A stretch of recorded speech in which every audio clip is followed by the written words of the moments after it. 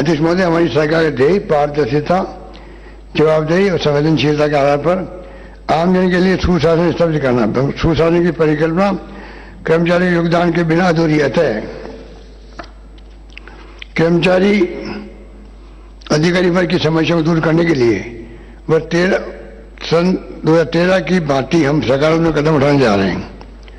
जैसा कि माननीय सदस्यों को विदित होगा, पिछली सरकार द्वारा 7वें वेतन आयोग लागू करने के लिए निकाले गए 30 अक्टूबर 17 के आदेश से एश्योर्ड कैरियर प्रोग्रेशन संबंधी विसंगति उत्पन्न हो गई थी, जिसके चलते कर्मचारी में आज भी रोष है। मैं इस समस्या के समाधान के लिए वर्ष 17 के आदेश में परिवर्तन कर हमारे पूर्व कार्यकाल 2013 के में एसीपी के रूप में दे नेक्स्ट ग्रेड पे दिए जाने की घोषणा करने पहल करता हूं। हमारे निर्णय से आगामी वर्ष से सरकार पर 1000 करोड़ रुपए का वार्षिक अतिरिक्त भार आएगा। कई निगम, बोर्ड, उपक्रम, स्वायत्त संस्था, विश्वविद्यालयों के कार्मिकों को वेतनमान में 7वें वेतनमान का लाभ नहीं मिल पा रहा है। ऐसी संस्थाओं में भी आगामी वर्ष में 7वां वेतन आयोग वेतनमान देने की घोषणा करता हूं। इस निर्णय से रोडवेज, आरटीडीसी सहित सभी ऐसी संस्थाओं के कार्मिकों को लाभ मिल सकेगा। विभिन्न सेवा कार्यों में पदोन्नति के समुचित अवसर प्रदान करने की दृष्टि से अवसर अनुसार पुनर्गठन में प्रमोशनल पोस्ट में वृद्धि की कार्रवाई की मैं घोषणा करता हूं। इससे विभिन्न सेवाओं यथा राजस्थान पशु अधीनस्थ सेवा, राजस्थान अधीनस्थ कार्यालय मंत्रालय सेवा, राजस्थान कृषि अधीनस्थ सेवा, राजस्थान अभियांत्रिक अधीनस्थ सेवा, आरएससी, पुलिस वायरलेस सेवा इत्यादि की समस्या का निराकरण संभव हो सकेगा। विभिन्न राजकीय विभागों में 30-35 वर्षों से कार्यरत जनसेवा के उपरांत अध्यक्ष महोदय,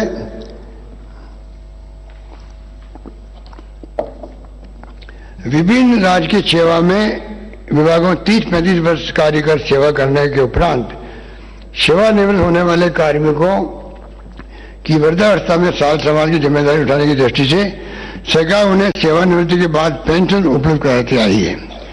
किंतु वर्ष 2004 के बाद सरकार ने भर्ती कार्मिकों के लिए नेशनल पेंशन स्कीम के अंतर्गत कॉन्ट्रीब्यूटिव पेंशन का ही प्रावधान किया गया।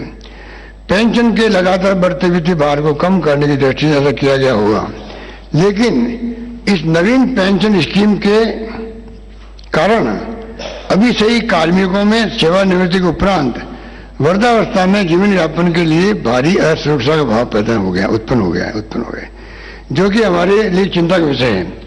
हम सभी जानते हैं कि सरकारी शासन से जुड़े कर्मचारी भविष्य के प्रति सुरक्षित महसूस करें, तभी वे सेवा काल में सुशासन के लिए अपना अमूल्य योगदान दे सकते हैं। समय समय पर इन कार्मिकों ने मुझे अपनी इस व्यवस्था से अवगत कराया। अतः 1 जनवरी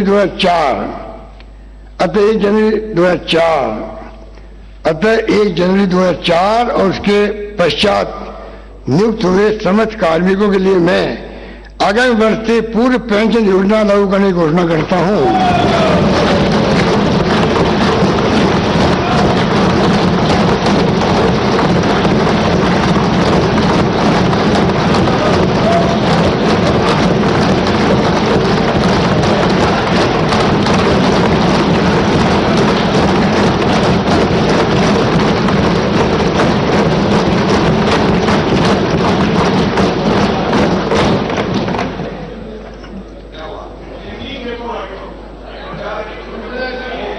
ताली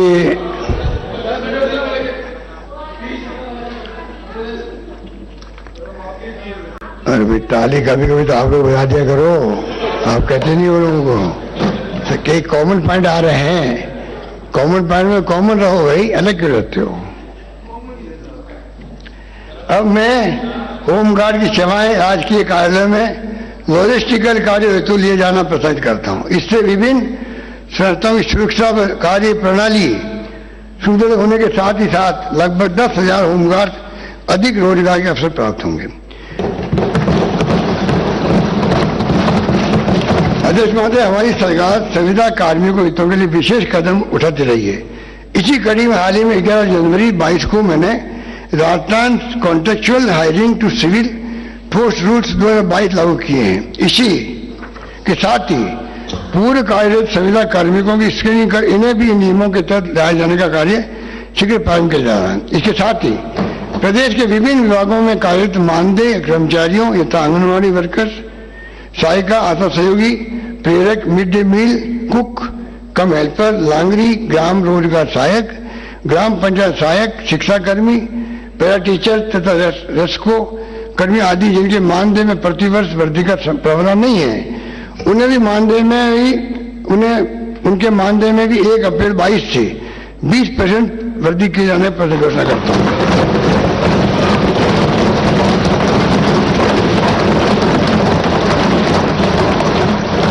माननीय अध्यक्ष महोदय, प्रदेश में जमीनी स्तर पर समस्त सरकारी योजनाओं के क्रियान्वयन के साथ साथ आम आदमी के सुख दुख का ध्यान रखते हुए नगरीय निकायों पंचायत राज संस्थाओं में चुने हुए जनप्रतिनिधियों की नैतिक भूमिका उन्हें अपने कर्तव्यों का निर्वहन करने में आसानी हो, इस तरह से मैं इनके देय मानदेय भत्तों में आगामी वर्ष में 20% की वृद्धि करने की घोषणा करता हूं।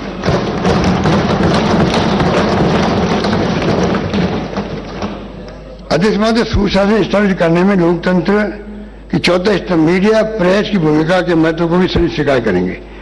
सभी वर्गों के साथ मीडिया के साथियों ने भी कोविड की समस्या का न सिर्फ सामना किया वरन कोरोना से लड़ाई में अपना योगदान भी दिया। अभी तक कोरोना ड्यूटी कर रहे अधिस्वीकृत पत्रकारों का निधन होने पर उनके लिए 50 लाख रुपए की सहायता का प्रावधान मैंने किया था। अब मैं गैर अधिस्वीकृत पत्रकारों के लिए भी प्रारंभ से इस कोविड सहायता का लाभ दिए जाने की घोषणा करता हूं।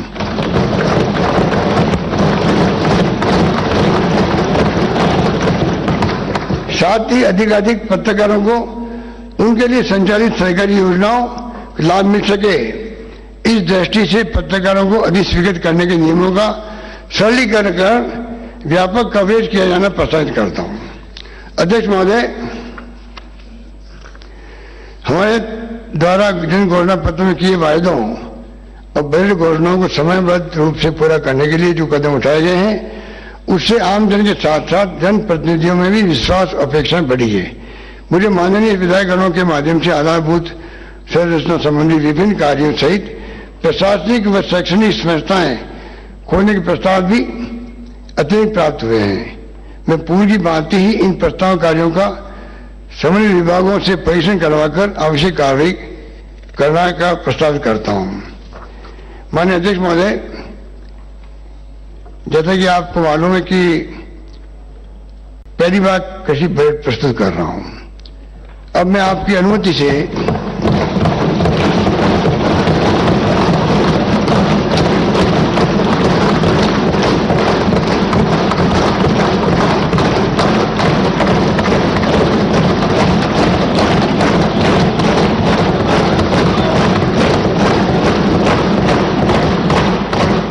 माननीय अध्यक्ष महोदय, अब मैं आपके अनुमति से स्मृत किसान खुशहाल राजस्थान की सोच के साथ प्रदेश का पहला कृषि बजट प्रस्तुत करने जा रहा हूं। इस बजट को प्रस्तुत करते समय मुझे हरित क्रांति का अगुवा डॉक्टर MS स्वामीनाथन का एक कथन याद आ रहा है, if the agriculture goes wrong nothing else will have chance to go right in the country. अर्थात अगर देश में कृषि क्षेत्र की स्थिति ठीक नहीं है तो किसी अन्य क्षेत्र में प्रगति संभव नहीं है। किसान हमारी अर्थव्यवस्था की धुरी है। आज भी संपूर्ण देश की भांति प्रदेश की लगभग 2/3 जनता की आजीविका का प्रमुख साधन कृषि एवं कृषि आधारित अन्य गतिविधियां यथा उद्यानिकी, पशुपालन, डेयरी, मछली पालन आदि है। प्रदेश की अर्थव्यवस्था की ओर नजर डालें तो GDP का लगभग 30% कृषि तथा संबंधित गतिविधियों से आता है तथा इससे अधिक महत्वपूर्ण यह है कि कृषि पर लगभग 85 लाख परिवारों का जीवन व्यापन निर्भर है। हमारी सरकार हमेशा से ही किसान स्थिति से रही है और हमारा मुख्य ध्येय रहा है कृषकों की आय आजीविका के साधनों में बढ़ोतरी हो सके। हमारा लक्ष्य किसान भाइयों की आर्थिक स्थिति को सुदृढ़ करते हुए आगामी 5 वर्षों में राजस्थान को कृषि के क्षेत्र में देश के अग्रणी राज्यों में शामिल करना है। पिछले बजट में कृषक कल्याण कोष के अंतर्गत मैंने 2000 करोड़ रुपए की मुख्यमंत्री कृषक साथी योजना की घोषणा की थी। अब मैं इसी कड़ी में किसानों को और अधिक मजबूती प्रदान करने के लिए योजना को वृद्ध रूप देते हुए मुख्यमंत्री कृषक साथी योजना की राशि को 2000 करोड़ से बढ़ाकर 5000 करोड़ रुपये करने की घोषणा करता हूं।